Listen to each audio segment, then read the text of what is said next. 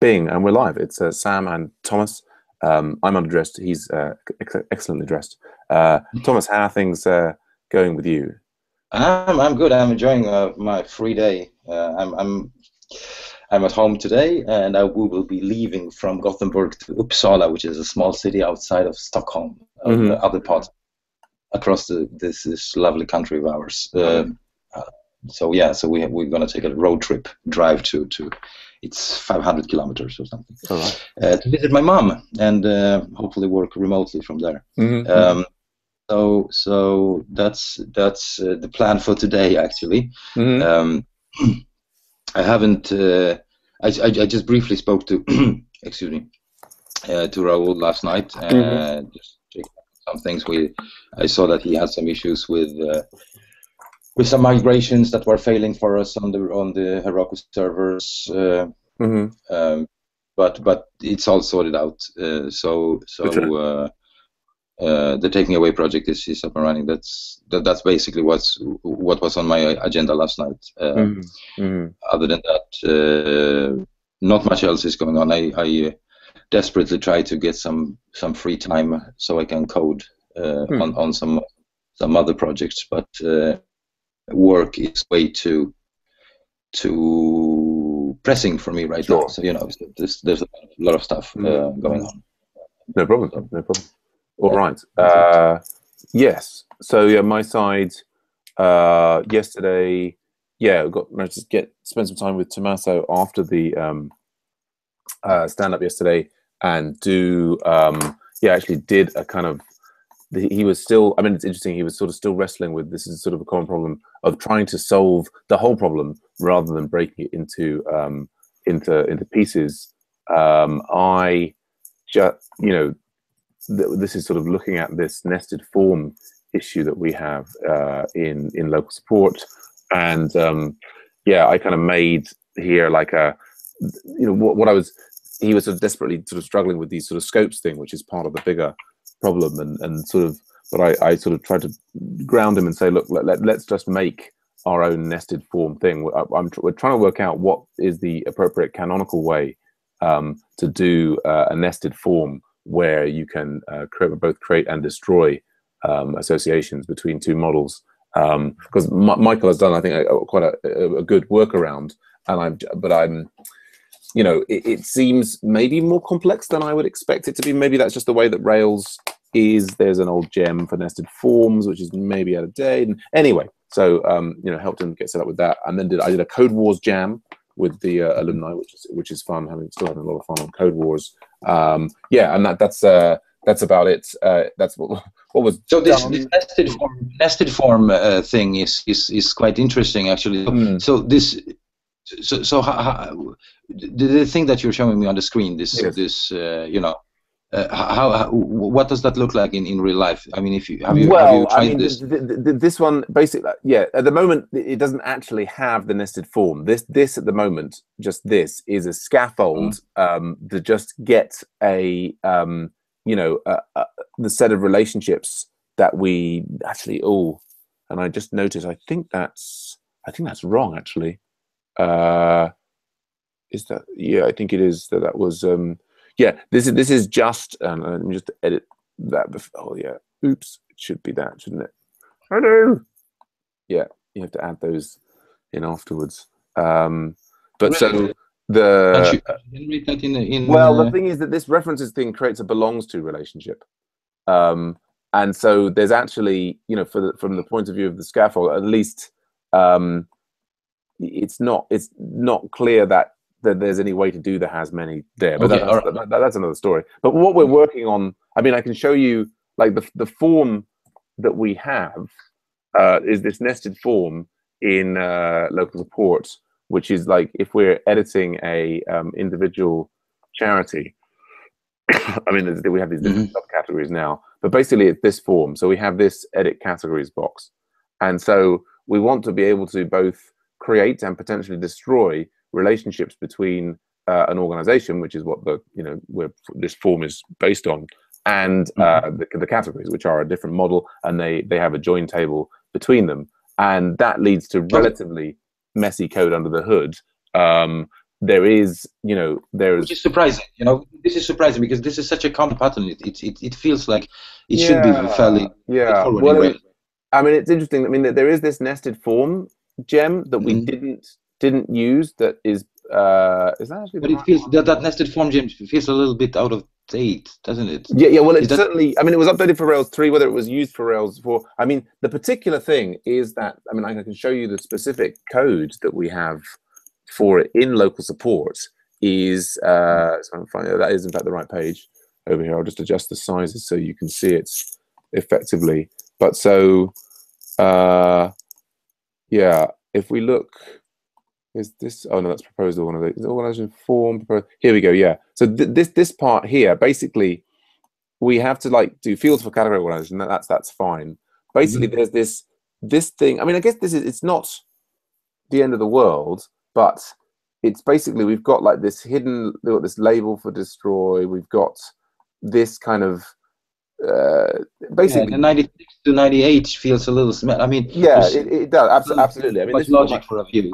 Right, exactly. That seems like too much. I mean, maybe there's a helper that we're missing, and then also, like, in order for this to work as well, is Michael had to create this other thing, which is that we have to, rather than just making the form about the organization, we have to go through and add in all the categories. Because if you just do this normally, then what you'll get is this. You'll end up with this field, right? But only with the things that are actually the existing associations, and it won't add in all of the other alternate categories that you might want to add or you might want to remove. But anyway, yeah. I mean, did it go in here? Nested form, and that's based it on you using. There's someone else has done so that's the nested form example. There's then the gem. So we go nested form gem. Yeah, so but Ryan B, who's you know, but so this, yeah, I mean, yeah, we know this guy. I mean, it's got a build. So it only works with, I don't know if it's been updated to Rails 4, but basically, you know, what I don't know at the moment is whether this nested form 1 will work with Rails 4, or whether it will actually necessarily even achieve the thing that we want. I mean, this guy has got like an example of, I mean, of his running app, but that it doesn't allow you to destroy associations. It certainly produces the full list of things, and it allows you, if you've got, like, for example, if you've got a user and you want to edit the user, then you can, in principle. Oh, it's appearing on a different screen, but the drop down here, which you can't see, is on a different screen, is offering me all of the different categories that we could potentially add. So I can select one of them, and you can see that it's popped up with that category. But what they have as add a category, remove a category, that's, I mean, you can do multiple ones. Interesting. Okay, like this. Okay, but that doesn't feel like a good. Yeah, I mean, UI. This is not wonderful UI experience. But so what I guess what I'm trying to work out, or what we were trying to work out as part of the thing is there kind of like, is there a canonical, clean Rails solution that we just don't quite know yet? Because this is a case that's not covered in the Rails guides. You know, or maybe there isn't, and the nested form thing like this is actually the way, and maybe this will work with. Oh no, look, it's got for Rails 4. So yeah, so maybe it will. Maybe this is why I'm asking. We had a similar situation in a way where we, you know, we have predefined menu items, and we build a menu to pull in. You know, we have a joint table with menu and menu items. Yes, basically. You know, and then we wanted to add quantity, daily quantity, basically. But however, you know, what I wanted is just a selection. You know, checkbox like the UI that you're using in here. Yeah. Check, and then I wanted to build a jQuery method. So whenever I check for instance, services, in our case, we wanted to add a quantity, so that would enable you know, pop up a quantity field, and I could, you know, check something and say 10 of that, you know, and save it to the joint. And we run into all, you know, similar problems that you are explaining. Yeah. Well, I mean, we'll see. I mean, it's the kind of thing, I think, although you're saying it is somewhat common, I think there are areas where there are things that might be somewhat common, but are also slightly fiddly, and then like people tend to hack around them, and it just sort of like is dealt with. And maybe it's something that should be pulled into Rails and the Rails guides, and maybe this gem, just like in a perfect world would have been pulled in, but it got overlooked and it wasn't prioritized. And so I don't know. We'll see.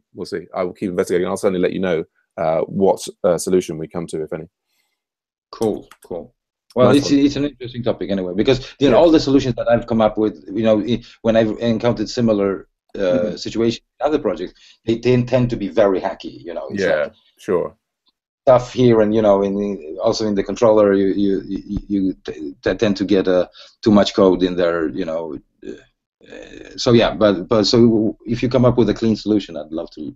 Absolutely, yeah. So in another news, we have the local support meeting 11 today, which I need to do preparation for, and that's about the size of its graduation at Makers tomorrow. So probably won't be doing a local support retrospective.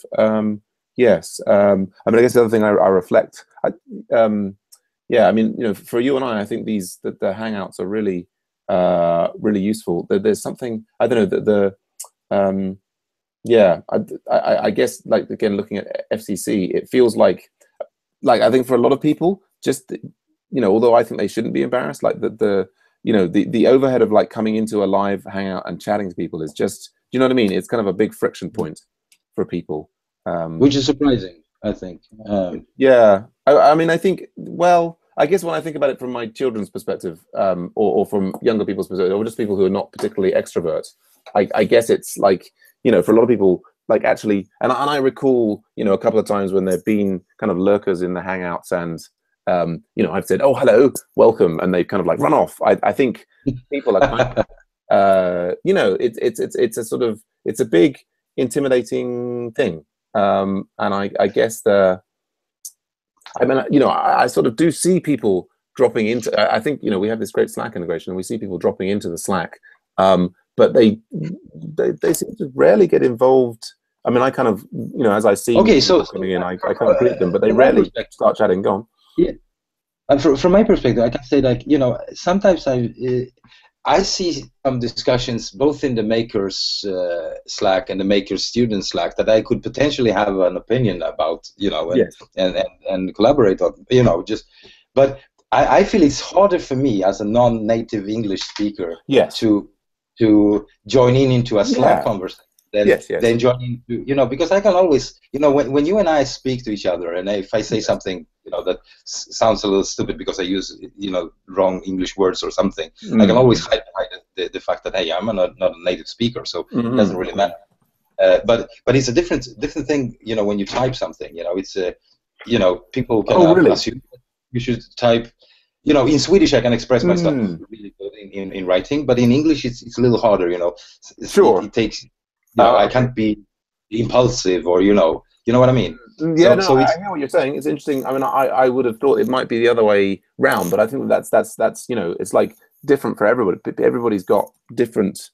I think some people find speaking easier than writing, and vice versa. I mean, again, like for example, probably I would say I would find speaking in Japanese easier than writing in Japanese. Although I like the ability to kind of revise what I'm typing, but I feel like I have very poor assessment of whether my Japanese written is any good or not.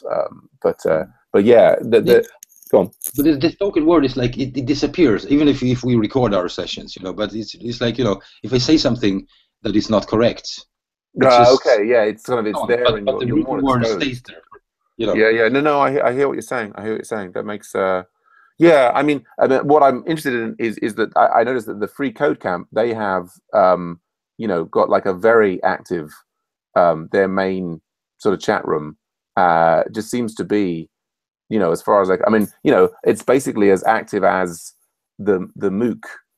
I would say the MOOC chat rooms are, and they don't have, or they have a sort of a pseudo MOOC there going on. And what's interesting is that there's quite a range of people talking in there. Do you know what I mean?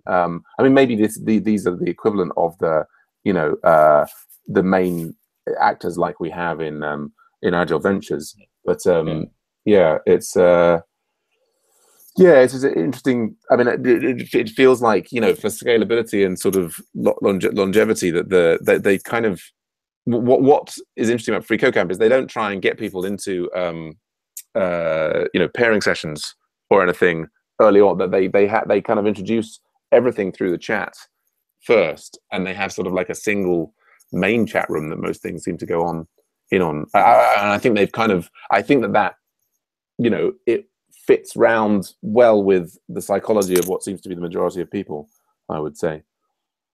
Yeah, You know what I mean? yeah, yeah. Perhaps Yeah, that's why cool. they're growing, and we're not. But I don't. I understand that they you know they say that they are doing projects for nonprofits. So in terms of their chatter, how much talk is it about projects? I mean, Well, as far as I can see, I mean, all of the talk in this particular chat room is to do with you know, is to do with the low level things. But I sort of assume, and I think I've seen. I'm not sure how to kind of get to them now. I think there are other chat rooms for other things. Like if one goes to, I don't know, if we go to just Free Code Camp there, can I see a list? Oh, yeah. So they basically, you know, they've got all these different chat rooms. You know, many of them, you know, city based. okay, We can see but there. that's not project oriented. No, no. Well, I mean, that's what it's not clear to me. I mean, they've got their let's pair room, Yeah. and you know, but that You again, see, that's the go on. reason why I'm asking, because I feel that Free Code Camp is more of a tutorial oriented, you know, learn, you know what I mean? Yeah, no, no, no. That's certainly where they're starting from. I mean, you know, what I don't think what we don't have any, or I don't currently. I mean, I'm basically planning to kind of go through their whole thing to see it from start to finish. But I'm kind of, yeah, it's unclear to me, like, how many non-profit projects they've got going. But here's Yeah. their chat room specifically for non-profit projects. Oh, that's cool. Um, They have 175 members in that yeah, right, right. Although, of course, the thing to remember with any of these numbers is that they've got. It's very easy to join and sign up. The interesting question is the yeah, sort of yeah, the but number of active. I But know that that's pretty active. Yeah. their overall membership is in thousands, isn't it? Oh, I think I've got like 40,000 members or something. Yes. Yeah. So 175 in a non-profit project room, let's say that half of them are active. So it's still not much. Not Well, it you know might what? still be right, but yeah, I mean, I'm they getting may be. I think at the level of like their scale, they may only have like 4 or 5 or 2 or 3 like non-profit projects active at the top level, not dissimilar to us. But I think that what they've got is they've got a much more powerful funnel sucking people in at the bottom, if you know what I mean. But it's interesting because yeah. Quincy Larson, But who's at the end of the started day, this, he's at the end of the day, I wonder how many lines of code that they push out to production. You know what I mean? Oh well, absolutely. That's a very good question. And But I don't think we're far much behind them. You know, because we have active projects. It's not like I'm trying just no.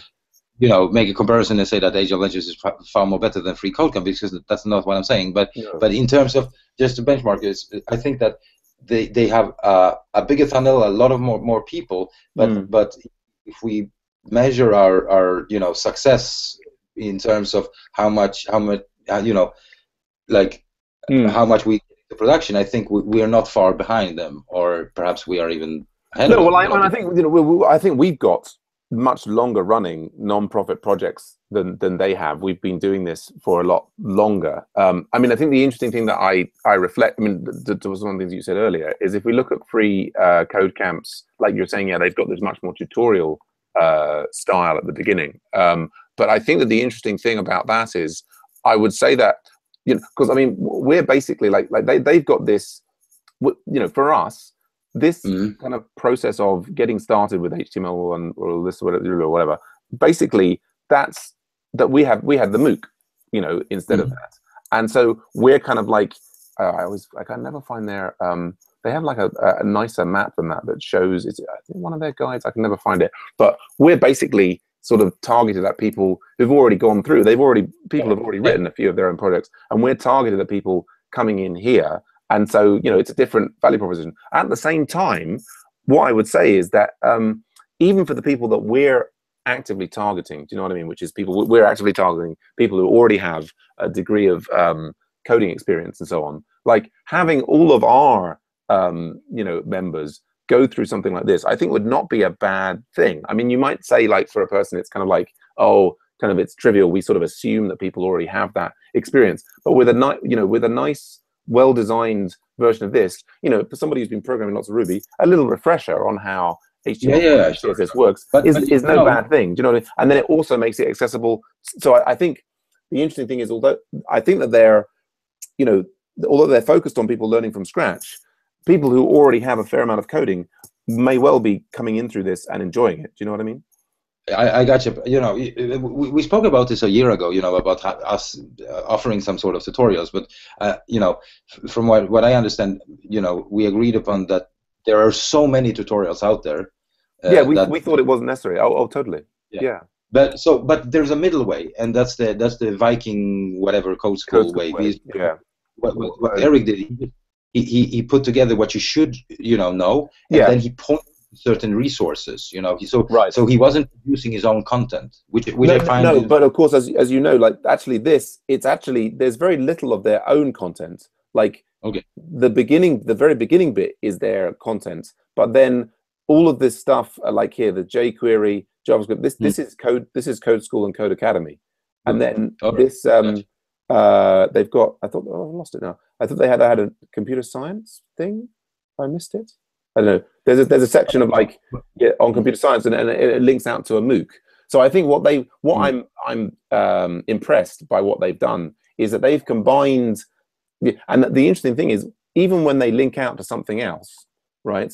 So the thing here, they've still got this kind of tick off matrix here, so that you can kind of tick off that you have done that other tutorial that's out there. That's similar to Eric's application, Viking application. They have a similar. Maybe Viking CodeCamp, I haven't seen the interface, but in the Odin project, it didn't seem to me. Well, I mean, the Odin project. I mean, because they had something like that in the Odin project as well, I think. Right. Yeah. I mean, but I think if we look at the Odin project and we go into these different things, he's got the steps and so on. Yeah, well, click on a step. But here, and then you mark it as completed.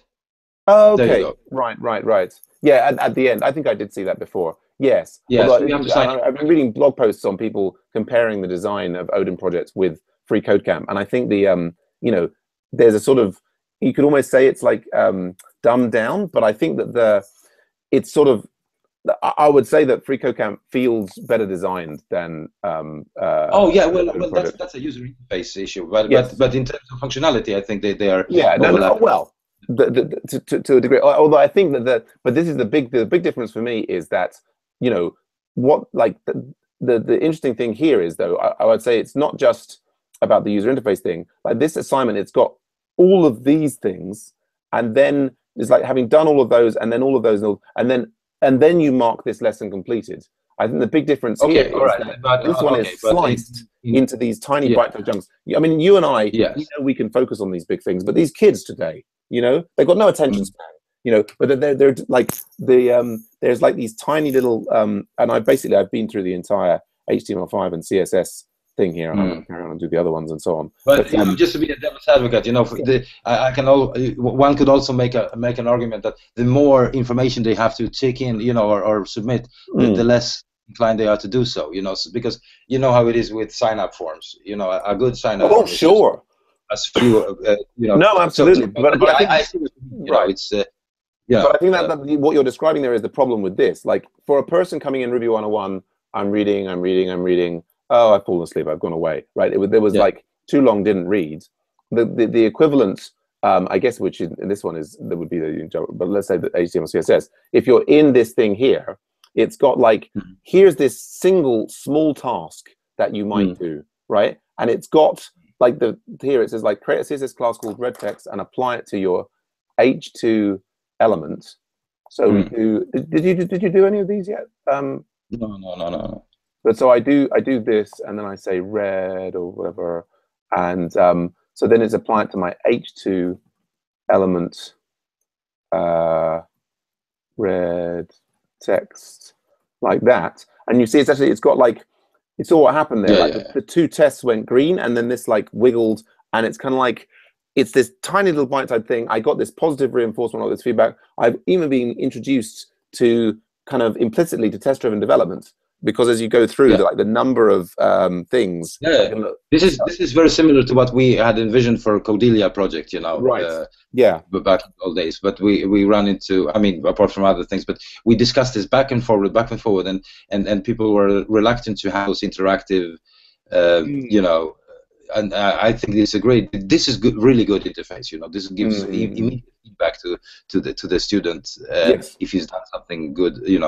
It's even better than code school. I've done some code school stuff with my son, and I like that this feedback is instant, basically. I think that this is one of the most impressive parts of their system. Not that there aren't other things that could be improved here, but so I mean, the interesting thing then is that they've got this, they start off. I mean, they've got the same thing for like introducing the philosophy of free code camp, for getting people set up with GitHub and into the chat room, and like what the value proposition is. And then you've got like this first bit is quite polished. I mean, there are some issues, but you kind of go through and you get to the end here of I mean, there's some like relatively tedious ones, or just introducing, like, I'm not so keen on the up ones here, but the you get up to a thing like here where you've basically built like a little form thing for like with the you can see sort of stuff. But that kind of from start to finish there, that's kind of like, and then you've got the chat room, and they're saying keep the chat running, and you're chatting, and if you get stuck on any of that, so there's kind of I feel that's a great building block that then they go on to right now into Bootstrap and then I think it gets more bitty as it goes on. But and then they introduce. But again, we have the MOOC, and so basically what I think we should think about is how can we.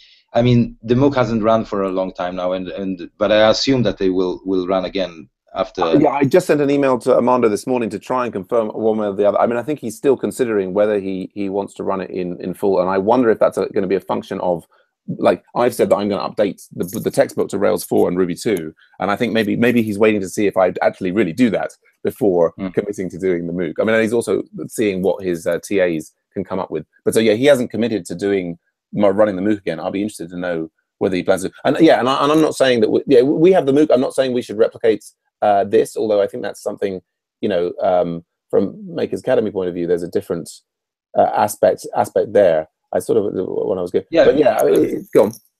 I would say that we could have the onboarding issue. The onboarding process could be covered in something, a similar process like this. Yes. Absolutely.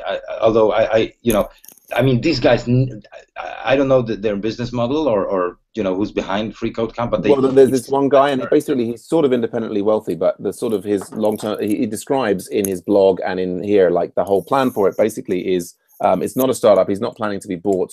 He wants it out there for free. He's got relatively low overheads and can get by on a fairly low income. But the basically, it's all free for all the people. It's all free for the non-profits. But basically, if people, I think that he's working with like hiring partners, a bit like Makers Academy, so that that in principle, if people from here get jobs, then they'll get like a recruitment fee equivalent thing. Okay, because there needs. It seems like there is some funding, at least. I mean, yeah, I think he's got some personal money, skin in the game. I think. I mean, I think that in some ways, what I take away from this is it feels like the advantage of having very, very early seamless setup with, I don't know what that is, early seamless setup with the chat room. I have to say, it makes me want to explore Gitter. I was trying to find out how to download the desktop client. And it's partly like we don't necessarily need all of this. I mean, we can link out to Free Code Camp and say that, but I think the kind of showing people like for us, we can have the same thing, but with Ruby on Rails, and it says go and do this MOOC first if you haven't already. Like we can go and say do the 169 MOOC and so on, and kind of showing this in terms of like how many hours that where you get to. I think that's something that we could have. And then I think this other thing is like, I mean, I'm, as you maybe know, I'm totally addicted to Code Wars now. I think the actually having the kind of numbers of the ranking and the sort of level and the grading and so on, which they sort of have it like here. I'm basically getting, so that's showing me that I've done 72 exercises here. I don't know if that ever becomes visible to each other later on in Code Camp. It's visible to everybody in Code Wars. but I think I feel something like that. How do you gain reputation on Code Wars? So reputation on Code Wars is you by solving challenges. So Okay. On Code Wars, have you used Code Wars very much? No. Ah, okay. So I mean, Code Wars is. I mean, it's. I was just telling Armando about this. It has basically 100. It's got like about 1,000 different kata on there, right? As in little programming exercises, in all sorts of things and in various languages. I think JavaScript is actually the most popular one, but there's lots of Ruby, and you can see the languages there. And then it has them ranked in terms of difficulty, like in karate belts. So 8Q and 7Q are the white belts problems that are the easiest ones, and then it gets more difficult through 6 and 5 and blue belt and then purple belt and so on. And basically, as you solve certain things, then you get honors, and you can see my rank progress and so on. My honor of 505 has come through various achievements that I've unlocked. It's given me, I just passed 500, and that means that my votes on beta kata, they have like also a whole, you can submit kata, and then everyone in the community kind of generates and talks about whether they're good or not, or this, that, and the other. You know, and then also for people, basically they have I mean, it's like Stack Overflow, right? Except instead of it being like, here are just general problems that I'm trying to solve and whatever, they've got a whole incentive framework to try and improve the quality of the kata and sort of shepherd this big library of different programming exercises that you can use to improve your skills. Sounds. Yeah, no, you know. Yeah, I've got totally addicted. While I was sick, I got totally addicted to it. And you can see, like, we've got our client Makers Academy, and this is all of it. I'm all about beating this guy here. I have to be number one. You see, yes, of course. I'm very surprised you're not. Who the hell is James? I don't know. He's just some guy who's been doing a lot of. I mean, the thing is, you can notice, of course, that I have the highest belt grade. Yes. In Make, which is, of course, what is important for everybody to know. I mean, what I'm frustrated about. Solving the easy ones, and that's why he solved a lot of the easy ones, and also, but you can get honor for community activities and so on. So it's but he's a former student, or who is he? Oh, he's a student. He's a former student from quite a while ago. All right. And but notice, I mean, so for me, see, I'm going for, like, I have to be top level. I have actually solved all of their hardest problems, but it turns out that even having solved all of their hardest problems is not enough to take you to the 1Q level. So I'm busy, they've got me really motivated. I can hear that. You can tell, can't you? Not quit your day job, Well, I'm thinking about it. I mean, the interesting thing about from a learning perspective here is that maybe FreeCodeCamp intentionally has not set people up with a profile where they can compare with themselves. I mean, the whole Code Wars is much more competitive, whereas this is much more collaborative, and there are these sorts of things. But by the way, I don't know if you caught my. I mean, I was reviewing our site, and I mean, really, it's fucking awesome. Great work, Thomas, and everybody who works with you. I mean, I think we have got, we've got all, so much great stuff, and we've got all the kind of getting started there. We've got these things. It's just that we've ended up being a bit more text oriented. Of course, and that's my fault. I mean, I started on the things. You made those great drawings. I didn't. I mean, we've both been distracted with lots of other sort of work. But and we've got like a whole reputation system, which is sort of sorts this, doesn't it? The reputation system needs some more love, because we haven't, we need to set up some rules. What do we want to give people reputation for? And that's what those edge of venture paths. We have to someday,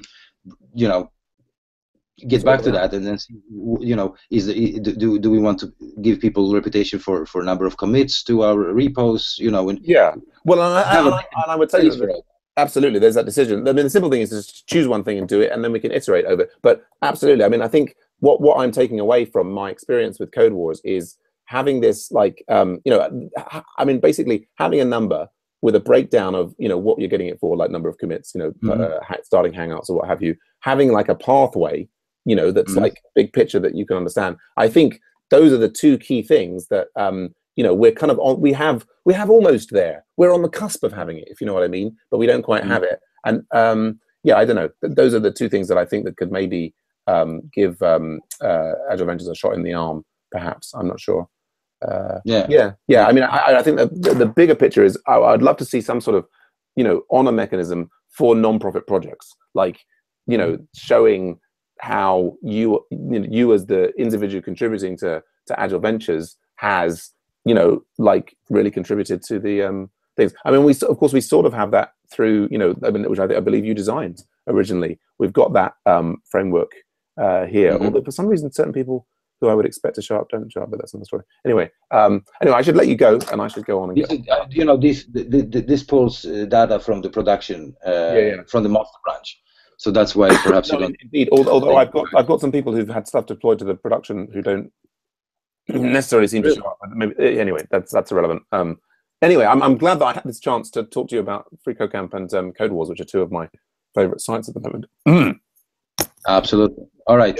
Anyway, there you go. Get going. And have a great journey today, and I'll catch up with you, I guess, tomorrow. Tomorrow morning, hopefully. Yeah. All right. Take care. Okay. Bye for now. Bye-bye.